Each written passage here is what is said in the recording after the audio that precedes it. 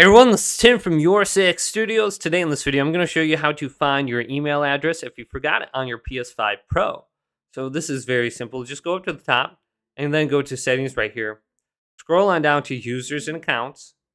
And then just under accounts, there's an option for change your email address. Now, if you go to this option right here, it's going to take you to a page that has your email address already populated in there. And you don't need to change your email address. It will just show you what it is. So you can bring your account to a friend's house and you can sign in then. You just have to remember the password for your account. But if you forgot the email address, very easy to find just by going to sign in email address right here. So hopefully this video did indeed help you out. If it did, leave it a big thumbs up.